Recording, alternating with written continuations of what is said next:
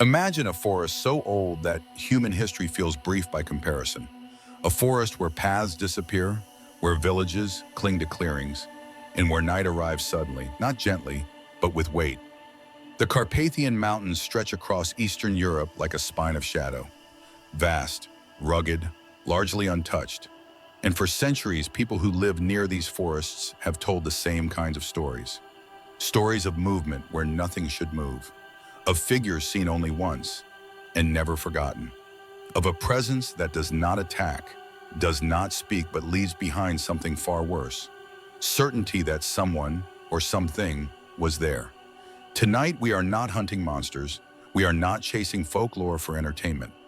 We are investigating why, across generations, across borders and across eras, the same encounters keep returning, deep within the Carpathian wilderness, and why those who experience them often refuse to go back.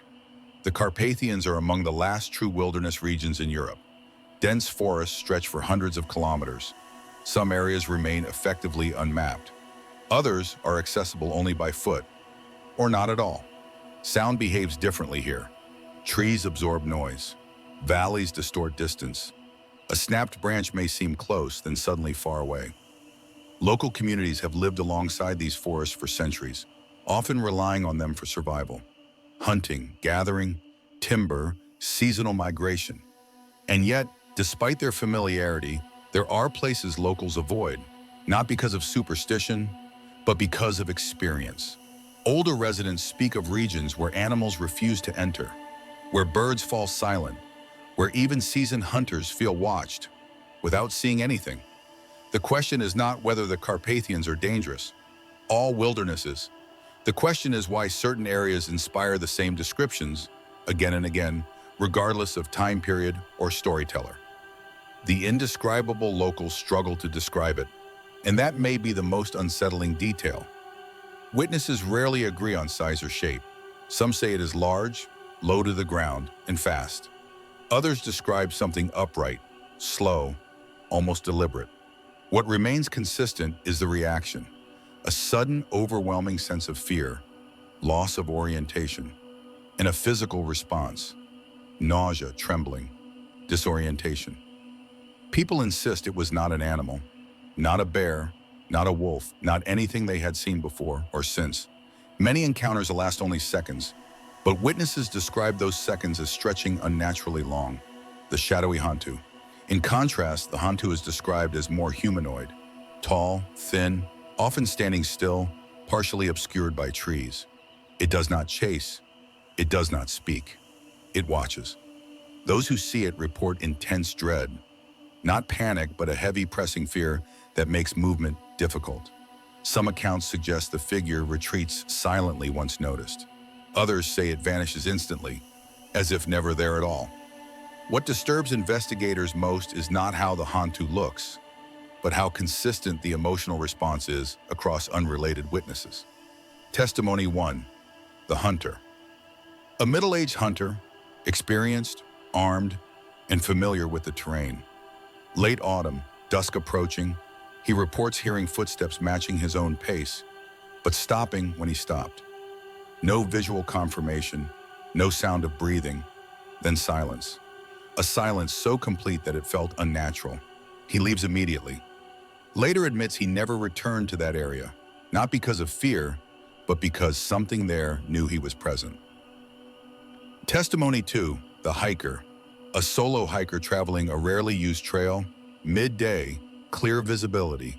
She notices a tall, dark figure between trees, approximately 30 meters away. Too still, too vertical. When she blinks, it is gone. No sound, no movement. She describes the sensation afterward as being evaluated rather than threatened. She abandons the hike within minutes. Patterns and anomalies. Across reports, patterns emerge. Encounters often occur during transitional times. Dusk, dawn, seasonal change. The entities are rarely aggressive. Fear precedes visual confirmation. Witnesses frequently experience disorientation or memory gaps. These are not chaotic stories, they are structured, disturbingly so.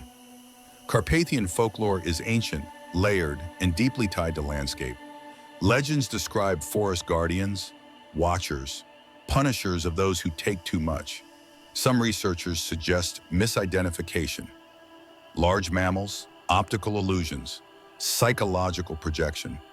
Others point to environmental factors, low-frequency sound, magnetic anomalies, extreme isolation affecting perception. Yet none fully explain why.